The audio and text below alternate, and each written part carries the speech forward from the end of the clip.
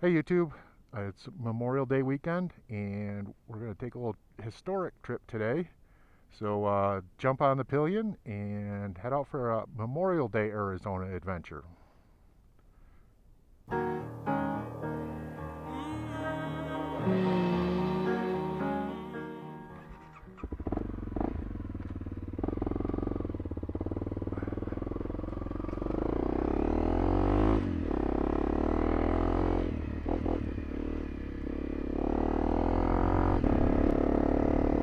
Well, our little ride today is going to take us across some basically maintained dirt roads. So nothing terribly exciting on the trail front today, but should have a nice stop for you in a little while. So hang on.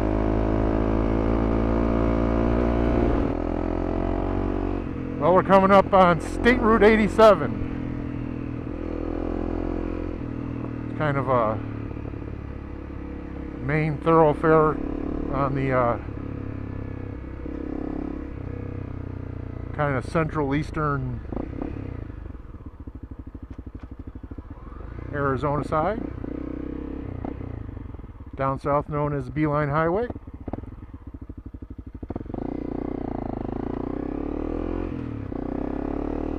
Here comes a adventure biker. Looks like a KTM 690.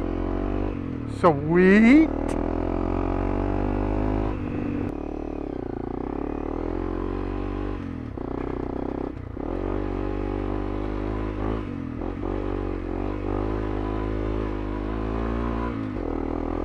It's a real trail.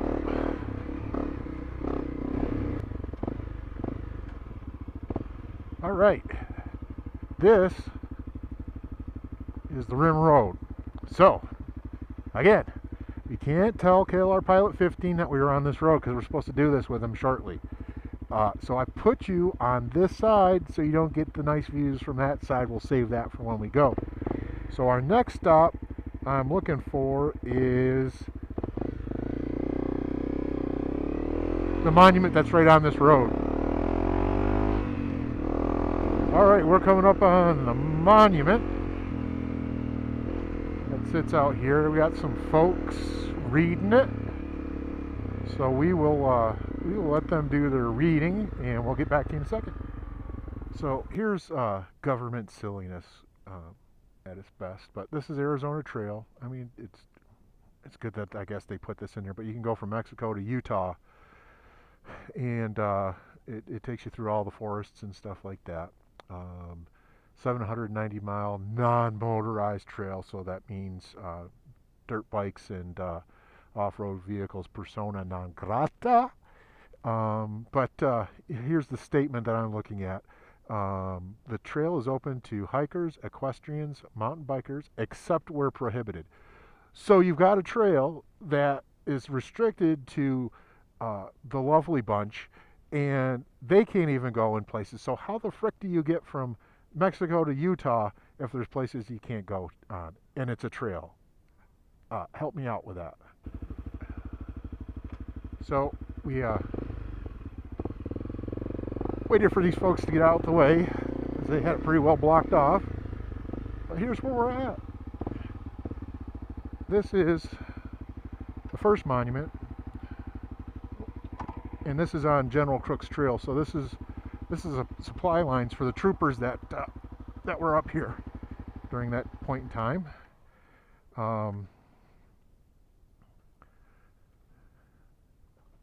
Battle of Big Dry Wash. 7 miles north of this point, a band of Apache Indians were defeated by United States troops on July 17, 1882. A group of tribesmen from the San Carlos Apache Reservation had attacked some ranchers in the vicinity, killing several settlers. Cavalry and Indian scouts were immediately sent into the field in search of the hostiles. 5 troops of cavalry and 1 troop of Indian scouts converged on the Apaches surrounding them at the Big Dry Wash. The resistance of the Indians was broken after 4 hours of stubborn fighting. The casualties numbered in 2 soldiers and more than 20 Apaches.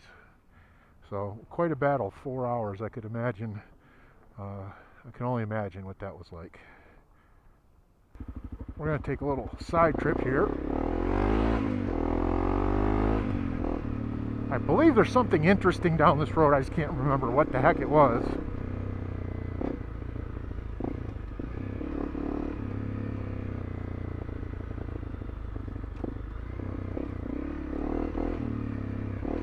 Oh, looks like someone tore out their oil pan.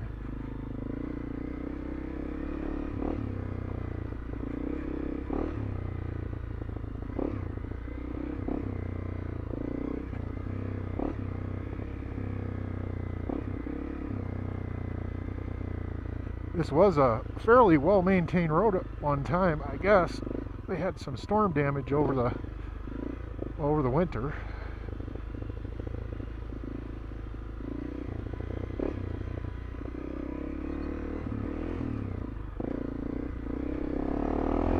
Here we are. It's a cabin. I didn't want to say cabin, but because we've had some excursions that failed with cabins before, but this is General's Spring Cabin, built in 1918 by Lewis Fisher, used for many years. It's a fire guard station. Small spring near here was named after General George Crook, who used the spring while traveling the old Fort Apache Camp Verde military road. Cabin is preserved for historical significance. So, not a big deal. It's just basically a ranger cabin, and not anything to do with anything other than the government taking over our forests. But kind of neat anyway. Somewhat significant to our ride this morning.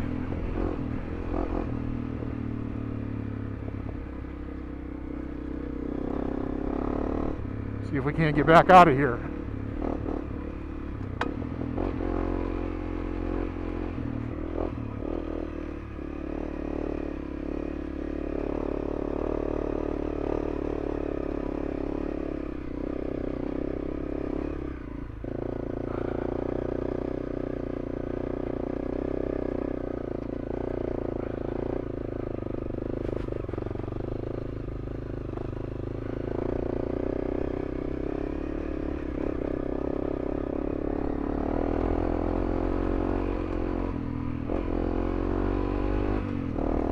So we're going to move on up to the battlefield from here, just a short distance up the road.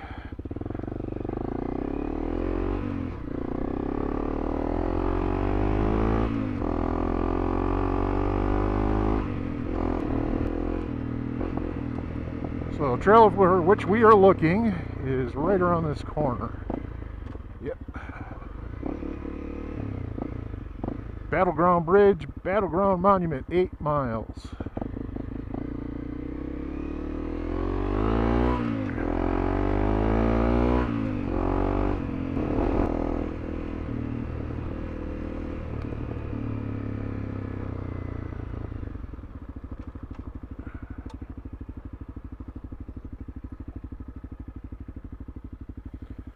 Oh, we stopped for a little water break here. There's a group of ATVs in front of me, so we'll probably end up having to wait for them guys anyway to get done reading and ciphering.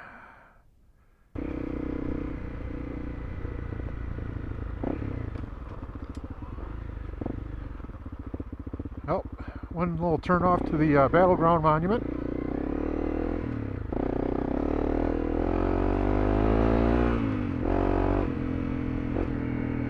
Couple miles up the road. Well, it kind of makes you wonder, flying down the road here, you know, is this how they got here? It is probably the most direct route back to General Crook's trail. And they probably would have come off of one of the, I think they mentioned it on the last monument, you know, the fort that they came out of would have been on either side, either east or west, and they would have had to come up this way. But you would imagine what that charge was like, horseback.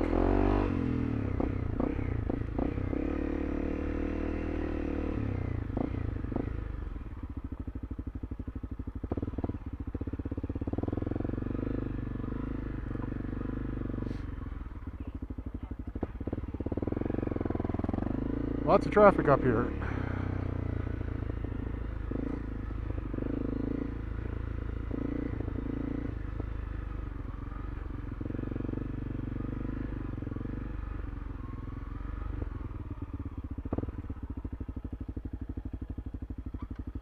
Find a good spot here to park.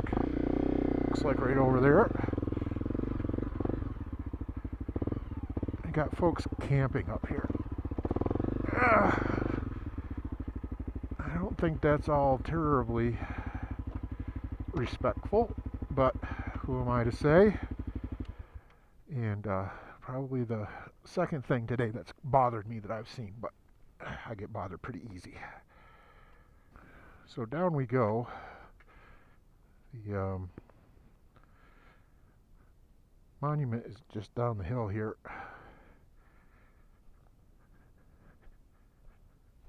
And I apologize in advance for heavy breathing, because we're up at, I could probably tell you exactly here.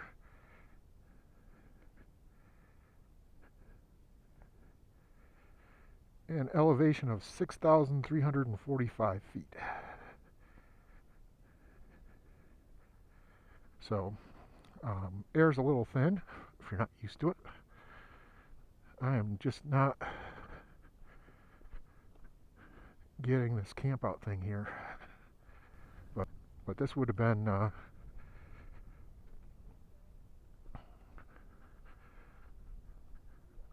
trail to get down in here anyway.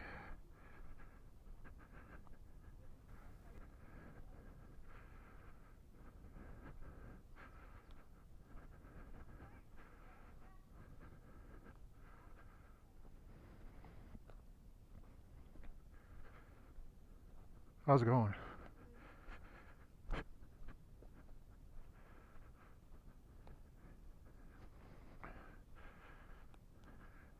And we are on our way there.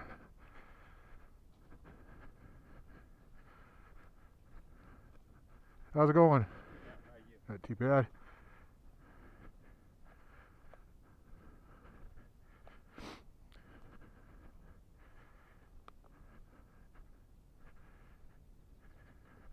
This here's a monument.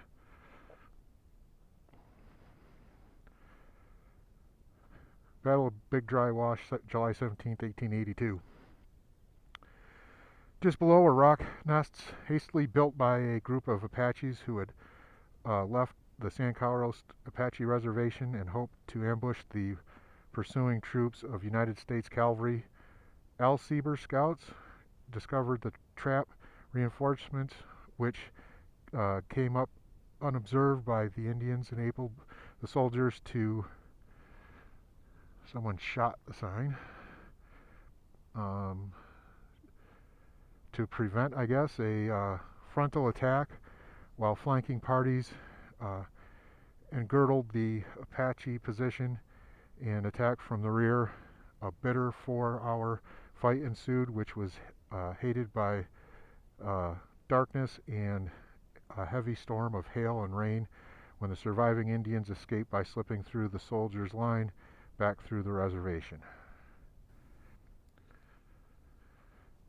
So there's a little tiny arrow on the monument here that points off to this way, and there's actually a trail that goes around.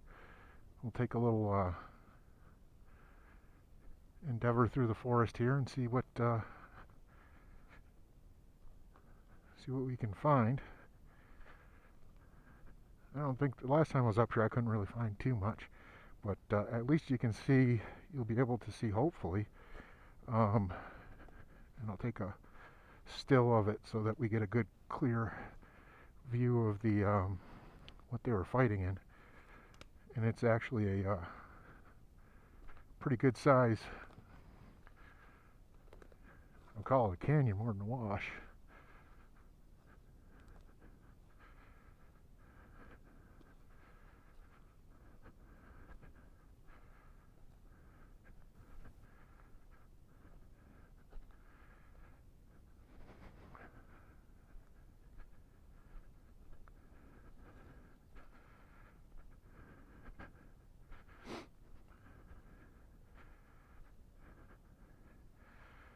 So this trail just skirts right down the side of this. I'll call it a wash because that's what they're calling it. But you can see these rock outcroppings. I'm not sure who was positioned where or what, but there was, I think if you search YouTube or you search the internet, there is, looks like stuff off of a ghillie suit.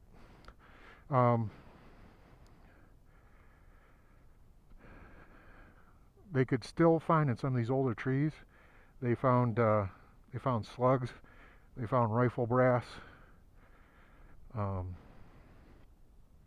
could imagine being up here, on horseback, or you're firing. I don't know if they were firing down and back up, or if they were firing across the canyon, or if the whole thing took place on here. But 4 hours in rugged terrain like this, I mean, it goes right straight down, straight back up again on the other side. Back then they were using lever actions, Winchesters, probably 45-70s. I know later on they were using 32-20 guns for the distance. They didn't have the knocking down power, but it had a straighter trajectory than the 45-70, which had a arc to it, like a rainbow. The 32-20, if I'm remembering my calibers correctly, had more of a straight trajectory. But I could only imagine. I'm sure there was a lot of hand-to-hand combat too towards the end.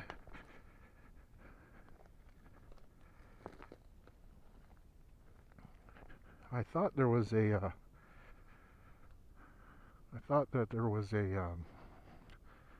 list of soldiers up here, but I could have my my monuments confused.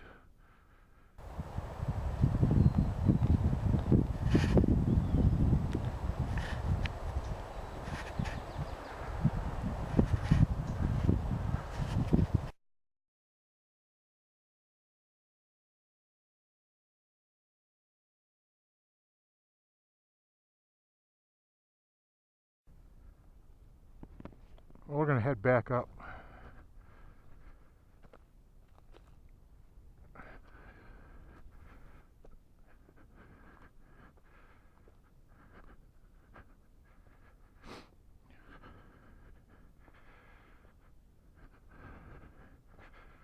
It's definitely quite an effort getting up here. Ooh.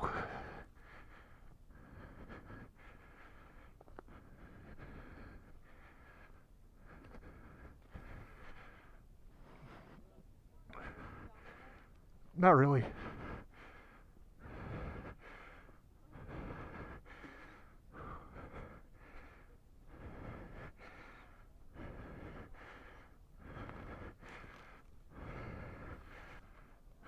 Well, we found the other side of the monument. This was the names that I was looking for. Major A.W. Evans, 3rd U.S. Cavalry commanding.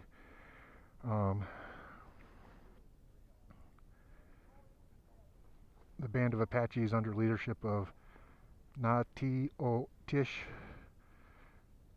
comprised of about 54 persons from the San Carlos Apache Reservation, of whom more than 23 were killed, 5 mortally hurt, and many others wounded. So wounded, looks like they got about 20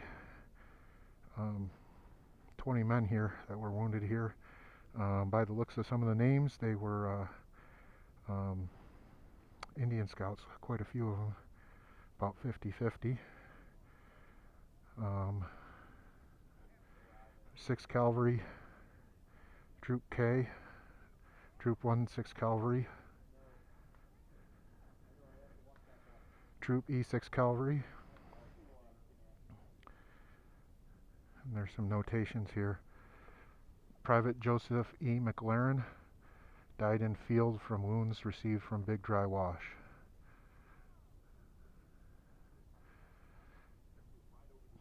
Sergeant Daniel Kahn, wounded at Big Dry Wash. Second Lieutenant George E. Converse, or George L. Converse, Jr., wounded in action at Big Dry Wash.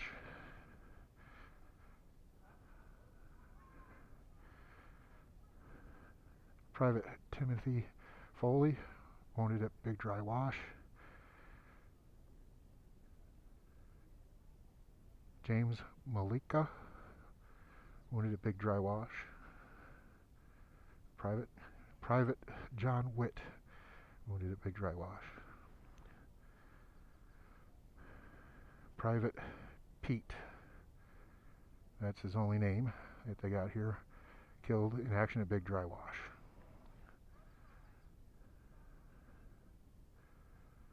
These are the Indian Scouts, that's why.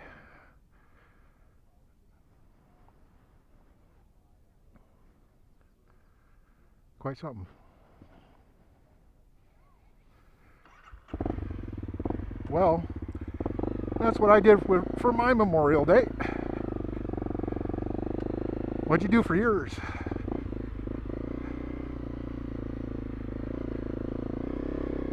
We're about 55 miles into it now, and I think we got another 35 or so to head home.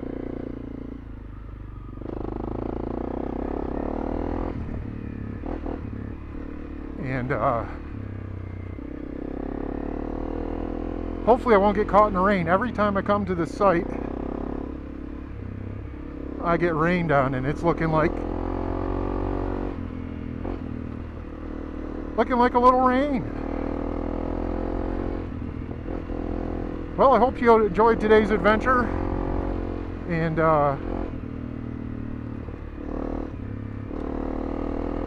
hope you watched to the end. If you didn't, that's fine too. And thank you.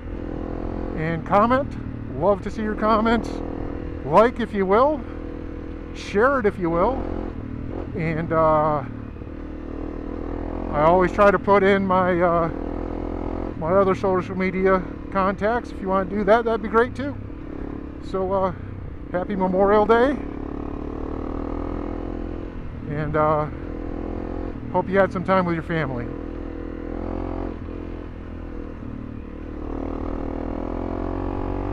Adios.